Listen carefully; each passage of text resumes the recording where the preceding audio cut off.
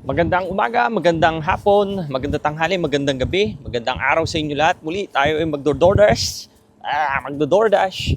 Magdi-deliver actually ng pagkain dito sa Los Angeles, California. Hindi ko na po pwedeng sabihin magdo-DoorDash kasi most of the time Uber Eats na tayo nakakakuha. Kasi sa sobrang baba ng ating acceptance rate sa DoorDash, hindi na tayo niya masyadong binibigyan. Pero ang maganda rito, ang good news, kay Uber Eats tayo bumabawi. So tara, samahan niyo ako. Punta na tayo sa ating favorite spot. This is sa West Hollywood. At maghintay tayo ng anumang order. Mag-accept tayo. Tara, samahan niyo ako. Sa Hollywood, ilaw pa rin. Biyahe kahit 10 oras na. Sa kanto ng Venus Sunset, may Pinoy na kumakanta. Gabing biyahe, pusong Pinoy, DoorDash sa lake, todo kayo, todo joy. Salamat Jesus, sa bawat order ko, bawat takeout, may halong dasal at pagmamahal mo. At syempre, nandito tayo sa episode na tayo yung magsha-shoutout. May mga nagpapa-shoutout tayo ng mga kaibigan dyan sa Pilipinas. Unahin na natin, of course, si Miss Lodi na laging nandyan, nanonood sa ating mga videos. Maraming salamat, Miss Lodi. Shoutout sa iyo. Muli, si Miss Lodi is nakabase sa Boracay. If you need anything sa accommodation, sa hotel, contact her kasi baka mahirapan, baka matulungan kayo. Kung halimbawa nahihirapan kayo mag-book, kontakin nyo po siya. Baka matulungan niya kayo, mabigyan niya kayo ng maganda-gandang rate. Of course, shoutout din sa aking ka-work before, si Gab. Si Gudito, Mr. Gabriel Gudito, dyan sa Pilipinas. Si Gab po ay may-ari rin ng isang business. May-ari silang dalawa, is a family business. And ito po yung mushroom chicharon. I'm sure pag chinek nyo po ang kanyang profile sa Facebook, makikita nyo po yon. Kung nagkikrave po kayo sa chicharon at gusto nyo po ng healthy chicharon, kontakin nyo po si Gabriel Gudito at ang kanyang asawa. Sila po ay may business. At syempre, para ma-explain nila ng maayos kung ano ba yung business nila, no? And sana, Gab, branch out ka na rin dito sa LA para hindi na ako nag-crave ng mushroom chicharon. Para hindi ko na kailangan bumili pa o pumunta pa sa Pilipinas para makatikim niyan. Anyway, shout out sa iyo. And last, shout out din, sino ba to? Si Coach Arnie. Si Coach Arnie po ay kapitbahay ko before yan sa Gatchalian. At siya po ay naging personal trainer ko sa gym. Back, I'm not sure kung anong year, pero talagang lumaki po ang katawan ko because of Coach Arnie. Siya po ang nag-train sa akin nung nag-gym ako, nagpalaki ko ng katawan. Kung gusto nyo po ng training, I think nagko-coach din siya sa basketball. So, kontakin nyo rin po siya. So, si Coach Arnie Dika, ipopost ko po yung mga kanilang Facebook here para rin po kung just in case interested kayo sa kanilang services and product, mako-contact nyo po sila. Anyway, maraming salamat po ulit sa mga nagpapa-shoutout. Tuloy-tuloy lang po. Kung meron pong gusto magpa-shoutout, message lang po kayo dyan sa ating comment box at isa-shoutout ko po kayo sa maaga or mas maagang kung hanggat kaya natin i-shoutout earlier. No? So, salamat and God bless. Always pray. Nandito na tayo sa ating tambayan. Ito yung Mendocino Farm Formosa, yun nandito sa ating kanan. Naghintay lang tayo. Merong quest o promo si Uber Eats ngayon. Pag naka-isang trip ka, may $3, pero isang beses lang yon. And then 79 na tayo out of 100 para ma-unlock natin yung gold. So as of now, naka-green lang tayo. So mabilis lang to, I think. Ilang takbo lang to. Hindi ko muna i-on si Uber Eats or si DoorDash. Magsusoli tayo kay Uber Eats ngayon para makuha natin itong quest na to na $3 for one trip. Tara, hintay-hintay tayo. Basta muna tayo while waiting. Guys, may first order din tayo sa DoorDash tayo nakuha. Ino natin DoorDash kasi hindi pa tayo nakaka-receive until siguro mga 15 to 20 minutes na sa Uber Eats. It's $10.50 for 1.1 miles. Pero dalawang store to na pupuntahan natin. Kaya naman siya naging 10.50. Puntahan na natin. Yung isa Bevmo, yung isa Nick the Greek. Tara.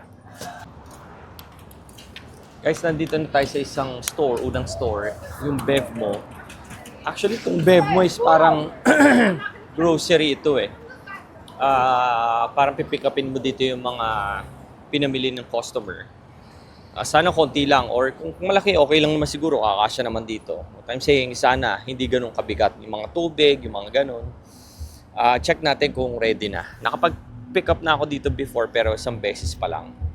So check natin sa DoorDash ito. Check natin kung pwede na natin pick upin. Tara.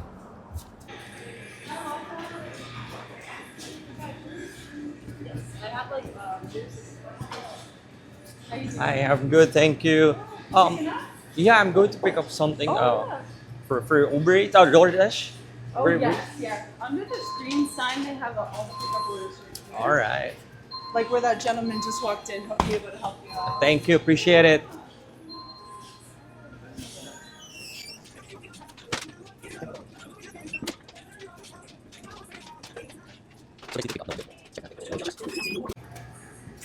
Thank you, got it.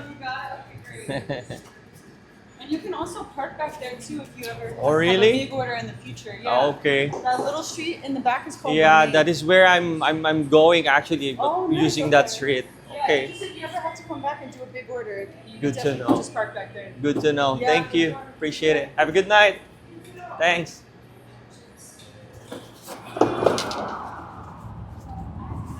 Guys, sobrang liit lang nung first order natin. Parang wala nga laman. Ito, ano ba to? Gamot. So yeah, ito yung first pick up natin. Tapos punta na tayo dun sa isang bahay lang siya tapos dalawang store. So ito yung unang store tapos dun tayo sa next store na pupunta ulit. Pupunta na para pick upan. Let's go.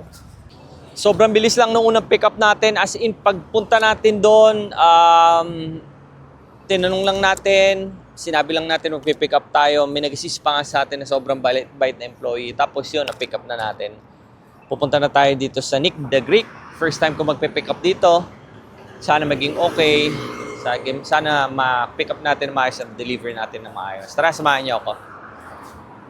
So guys, nandito na tayo sa Nick the Greek. At check natin kung ready na yung order. Wala namang tao. I think ready na to. Ito na tayo. Pick upin natin. Tara. Hello. Good evening. Yeah, I have for Peter. Peter R.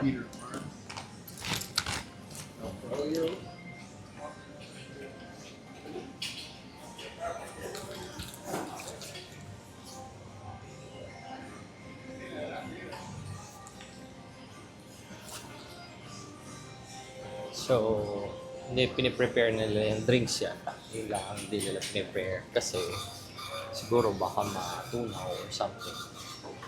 Pero ready na yung order. Receive na natin yung order. Ang order niya ito lang. Parang Sunday, kumbaga sa Pilipinas. Ito. So, ito lang. Ang gagawin natin, lagyan natin ng cling wrap. So, para sure na hindi matapon, hindi mag-spill, ilagyan natin ito, no? Eh, lagi naman nilalagyan natin. Pag drinks, talagang ito nilalagyan natin. Para rin sanitize siya tignan or mukha siyang decente tignan. Ayan. So, para kahit gumulong-gulong siya. Okay. Checking the phone.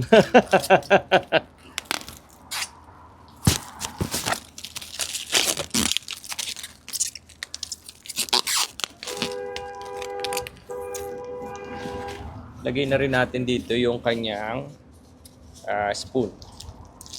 Para sigurado. Sorry.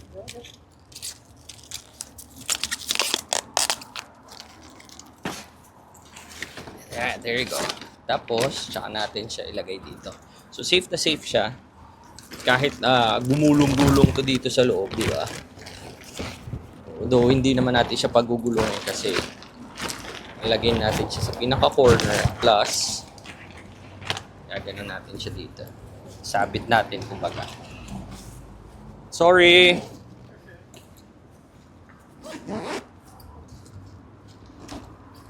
There you go. Let's go. Puntahan na natin yung customer. So yun guys, na-deliver na natin, na-hand over na natin actually sa customer yung pagkain. Kaya naman, hindi na natin ulit na video kasi nandun na siya sa baba ng building naghihintay.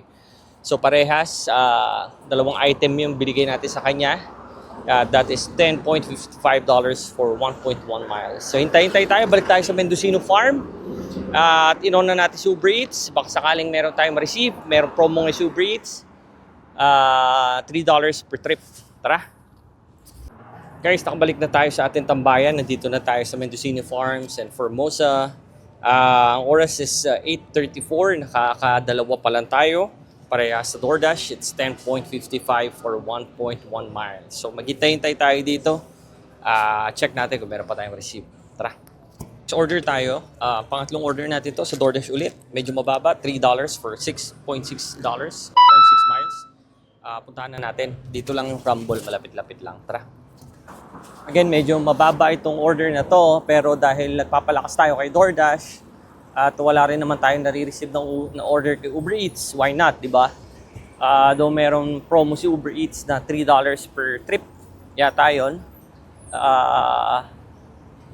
Take advantage na natin dito dahil ito order na talaga eh. Kaya naman pipick upin na natin itong crumble na $3 for 0.6 miles. Mabilis lang naman yan. Guys, ito na yung crumble. Usually mga crumble, mga pastries yan eh. Pastries, meron din silang parang mga chocolates, ice cream. Check natin kung ready na yung order ng customer. Tapos i-deliver na natin. Tara.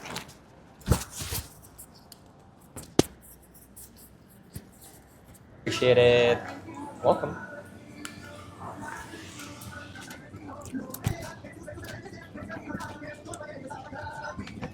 Ready na yung order niya. Sobrang liit lang. Parang ice cream lang na maliit. Dali na natin. Bilis lang to. Check natin kung saang way tayo.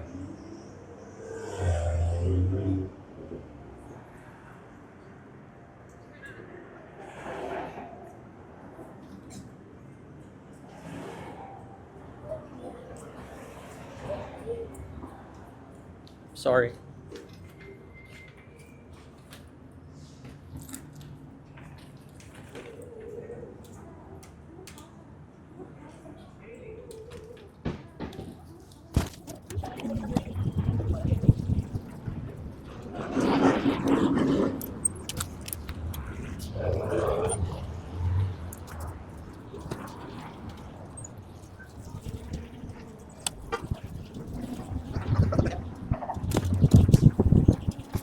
Nandito na tayo. Ito na yung building, ito na yung apartment niya at akit natin doon sa taas. Nag-iwan siya ng, sabi siya ng password sa kanilang apartment. So I'm sure i-akit natin to. Tara.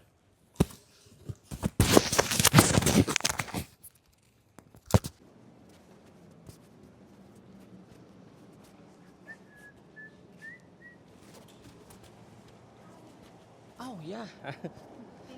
You're welcome. Just going to remove this one. Yeah, there you go. Thank you. Appreciate it. Enjoy.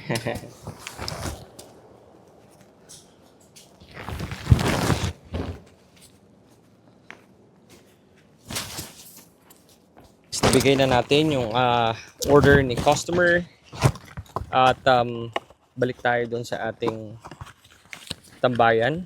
Ang oras ay 9 o'clock na pala. So pang ilan na tayo? Tatlo, no? Tatlo pa lang. Puro DoorDash naman tayo. Check natin kung may marireceive pa tayo na last order. Kung marireceive natin, going back, accept natin, lalo na kung sa Uber Eats. Pero kung hindi naman, hindi na tayo pagdating natin doon sa tambayan at wala pa tayong ma-receive. Let's go! Guys, ang oras is 9:22 ng gabi at may receive tayo, huli na siguro natin to sa Uber Eats. Ang gandang bigay, $7.23. 0.3 miles lang siya dito sa Formosa, katabi natin. Check natin kung available na, kung hindi naman,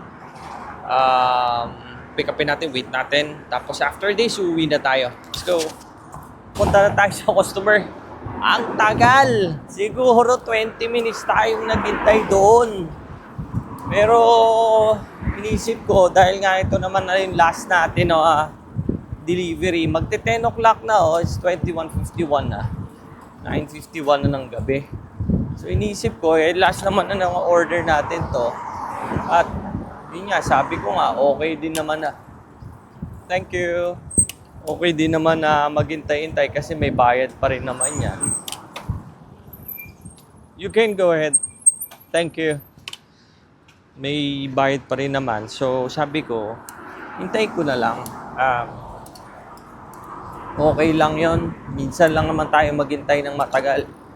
Tsaka, ganun din pag kinancel natin, di ba, wala tayong marireceive na payment. Naghintay na tayo doon ng ilang minutes, tapos pag kinancel mo, sayang.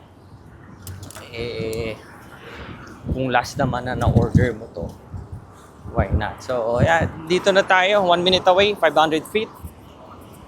Papunta na tayo, tara. Dito na tayo, hindi ko na na-video yung pag-akit natin pagdating kasi nagmamadali ako. Ito yung mahirap kasi na apartment. Ito yung parang mahirap i-input yung password. Pero at least nandito na tayo at ito na. Ilapag lang natin dito kasi sabi leave at the door. Guys, tayo ay pauwi na. Tayo ay pupunta na or babalik na tayo sa bahay tapos na tayo sa ating delivery. Again, maraming salamat sa pagsama at panonood ditong video nito hanggang matapos. Kaapat tayo ngayong araw na ito, 3 sa DoorDash, 1 sa Uber Eats. Again, maraming salamat. Sana manood po ulit kayo ng mga past video natin. God bless and always pray.